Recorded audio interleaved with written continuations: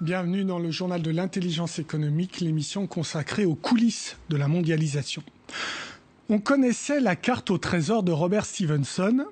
Eh bien voici celle de la Banque mondiale. Elle est baptisée la carte à 1 milliard. 1 milliard de dollars, c'est en fait la somme qui sera investie dans les prochaines années pour recenser toutes les richesses minières de l'Afrique et offrir ainsi au marché les trésors de la terre africaine. Pour la Banque mondiale, la carte à 1 milliard, c'est une magnifique opportunité pour les Africains. Un reportage de nos correspondants à Washington. La carte des ressources minérales de l'Afrique date en grande partie de l'époque coloniale, incomplète et imprécise au regard des techniques actuelles. Le nouveau projet, lancé par la Banque mondiale en partenariat avec l'Union africaine, pourrait d'ici 10 ans donner une idée globale précise des richesses du sous-sol du continent. L'homme à la tête de ce projet s'appelle Paolo Dessa. Selon lui, cette carte permettra aux pays africains de faire valoir leurs intérêts. Malheureusement, la plupart des gouvernements ne savent pas ce qu'il y a dans leur sous-sol. Nous pensons que s'il y avait une bonne connaissance du véritable potentiel en ressources minérales des pays africains, les gouvernements seraient en position de négocier de meilleurs contrats avec les compagnies d'extraction. Dès cette carte, il faudra doter un fonds de centaines de millions de dollars pour sonder, coordonner, vérifier. La Banque mondiale avait elle-même lancé le surnom de carte à 1 milliard de dollars. C'était une expression pour attirer l'attention. Il était facile de s'y référer. Mais le chiffre ne correspond à rien de concret. Certains pensent que c'est la valeur des ressources minérales que l'on pourra découvrir grâce à ce projet. Mais nous pensons que la valeur des ressources qui peuvent être révélées peut être bien plus élevée que ça, de l'ordre de milliers de milliards de dollars. D'autres estiment que c'est ce que coûterait la réalisation de cette carte. L'idée de base est que la géologie ne s'arrête pas aux frontières. Il faut donc une organisation au-dessus des États et des partenaires financiers pour porter ce projet. La prochaine étape attendue est l'aval formel de l'Union africaine. Une organisation au-dessus des États. Mais pourquoi ? Les Africains ne peuvent-ils pas gérer eux-mêmes leurs ressources naturelles ? L'Afrique est-elle prête à accueillir ce don de la terre ? Pour le spécialiste de l'OCDE que nous avons rencontré, la réponse n'est pas évidente. Dans les sous-sols de l'Afrique gisent d'immenses richesses. Les Africains ne le savent pas, ni personne d'ailleurs. Une initiative de la Banque mondiale vise à recenser toutes les ressources naturelles du continent. Le projet est baptisé la carte à 1 milliard. 1 milliard de dollars, c'est la somme qui sera investie d'ici à 5 ans pour mener à bien ce projet. Car l'Afrique est en retard. 5 $ investis par kilomètre carré pour l'exploitation contre 65 au Canada, en Australie et en Amérique latine. Reste à savoir si c'est une chance ou une malédiction. Pour ce spécialiste de l'OCDE, c'est une chance. Il faut prendre ces richesses pour ce qu'elles sont, c'est-à-dire de vraies richesses. Il ne faut pas en avoir peur. L'abondance de richesses ne nuit pas en tant que telle. La vraie malédiction, c'est celle des mauvaises politiques publiques. Pour l'OCDE, l'information est une arme qui impose la transparence. Savoir, c'est éviter les petits arrangements entre les entreprises et les gouvernants. Mais savoir, c'est aussi courir un risque. La découverte de richesses peut nourrir des conflits. Je ne pense pas c'est elle qui les crée, mais elle peut servir de détonateur à un certain nombre de conflits qui peuvent être très meurtriers. L'Afrique est-elle prête à recevoir ce cadeau de la terre ? Sa gouvernance est-elle suffisamment solide pour résister à la pression et à la loi des multinationales ? Il faut bien comprendre que les ressources minières ou les ressources énergétiques en Afrique, elles ne sont pas exploitées par les États eux-mêmes ou très rarement, sauf en Afrique du Sud, par des entreprises africaines. Ils sont très dépendants des moyens technologiques et financiers des grandes entreprises européennes, américaines, chinoises, malaisiennes, que sais-je. Autrement dit, le citoyen africain est souvent exclu du partage des richesses. Les dirigeants politiques et les multinationales risquent donc d'être les grands gagnants de cette carte à 1 milliard. Bien, avec moi sur ce plateau, Grégoire Niodet, bonjour. Vous êtes chargé des questions financières au Secours catholique et Caritas France et vous êtes l'un des membres de la coalition internationale de la campagne internationale qui est intitulée « Publiez ce que vous payez ». Donc, c'est quoi votre démarche dans cette campagne internationale « Publiez ce que vous payez » ? Je pense que le titre résume très bien ce que ça veut dire. C'est une campagne qui est née donc il y a une douzaine d'années pour justement demander aux compagnies du secteur extractif, donc mines, gaz, pétrole, et de plus en plus forêt, ce qu'elles versent au gouvernement pour qu'ensuite on puisse demander des comptes sur l'utilisation de ces ressources. Est-ce que ça a servi le développement réellement ou des dépenses d'apparat ou autre. Donc c'est de la transparence. C'est un processus de transparence. Donc c'est vraiment la première étape indispensable avant d'aller plus loin pour savoir si on gère bien ces ressources. Alors vous l'avez dit, ça a commencé en 2002, je crois, cette campagne. Oui.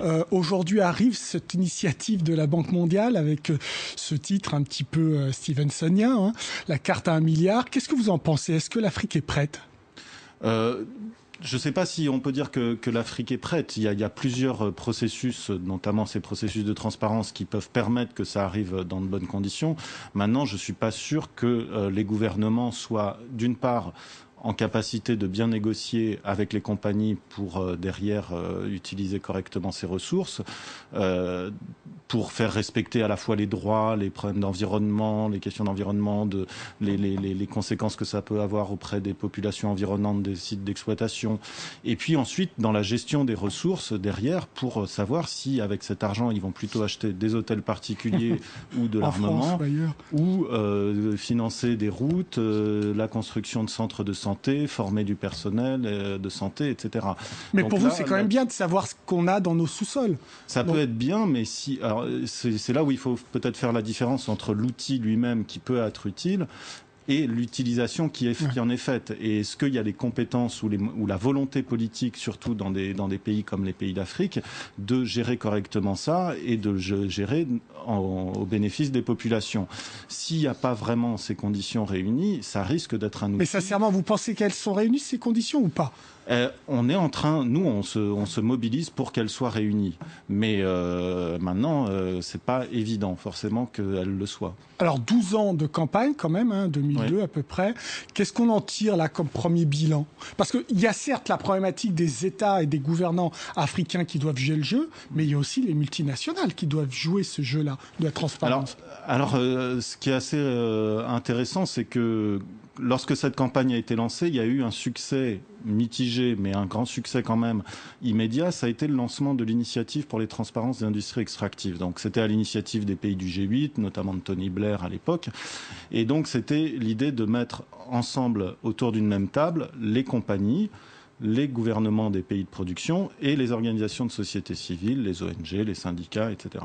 Et donc d'avoir, pour discuter à la fois des standards de publication, comment on allait publier ce qui était versé par les compagnies d'un côté, et les gouvernements avaient aussi à publier ce qu'ils recevaient de la part des compagnies, et on comparait. Et on a eu parfois des surprises assez rigolotes où il y avait des écarts de 30%. C'est arrivé au Congo-Brazzaville, par exemple. Cette initiative était très intéressante parce que c'était très novateur et très nouveau de mettre ces acteurs ensemble autour d'une table et de façon assez publique. C'est la même chose, donc ça se faisait à la fois au niveau des pays de production, mais aussi au niveau international pour avoir des règles un peu uniformes. Mais cette initiative n'était que volontaire, c'est-à-dire que on n'y allait que ceux qui voulaient y aller. Donc pour les organisations de société civile, c'était pas suffisant. Pas trop de soucis. Les compagnies y sont allées quand même en disant un truc volontaire, on pourra quand même y aller tranquillement sans trop se mouiller. Et au niveau des gouvernements, là, ça a été plus compliqué. Et donc ça a quand même porté ses fruits. Ça n'a pas été facile forcément pour notamment les militants de société civile dans les pays de production. Certains ont été en prison. Certains ont connu l'exil, des menaces, etc. Et alors, ça a avancé chez nous aussi. L'UE a diffusé des directives en 2013, donc là, qui vont être appliquées, c'est obligatoire, d'ici les 2 ans qui viennent. Voilà, et c'est là où on a reçu, là où il y a eu plus de réticence de la part des compagnies, c'est que il y a eu, quand ça devient obligatoire, là, ça coince un peu plus. Et donc, les compagnies ont notamment voulu que ce ne soit pas au niveau local, la publication, mais au niveau national et global. Donc chaque pays ? Au niveau de chaque pays, oui. Mais nous, ça a été un de nos chevaux de bataille assez important, c'est de l'avoir aussi projet par projet pour que les collectivités, les communautés locales puissent aussi avoir cette information et autour des sites de production, puissent aussi demander des comptes sur les ressources qui sont sorties de leur sous-sol. Donc je disais directive européenne de 2013, est-ce qu'elle a été appliquée dans le champ national, par exemple en France? En France, ça vient d'être voté, comme on dit, transposé, c'est-à-dire un droit européen qui est transposé en droit national. Il y a cette même... En fait, c'est parti aussi des États-Unis dans le cadre de la loi sur la régulation en 2010, mais ça a pris du retard depuis, et notamment parce que le lobby pétrolier américain a porté plainte contre cette réglementation. Et ça a été transposé au niveau britannique, au niveau français et au niveau allemand. Donc on est à peu près dans les clous. Et donc on aura les premiers chiffres à partir de 2016 sur l'année 2015. Ils seront publics? Ils seront sur les sites internet des compagnies et normalement on espère que ce sera dans des formats utilisables et qui pourront être facilement diffusés auprès des populations locales. Eh bien, on suivra cette affaire. Merci Grégoire Niaudet. L'émission est terminée, mais comme d'habitude, vous pouvez nous retrouver sur france24.com. En attendant, restez avec nous, car l'information continue. Au revoir.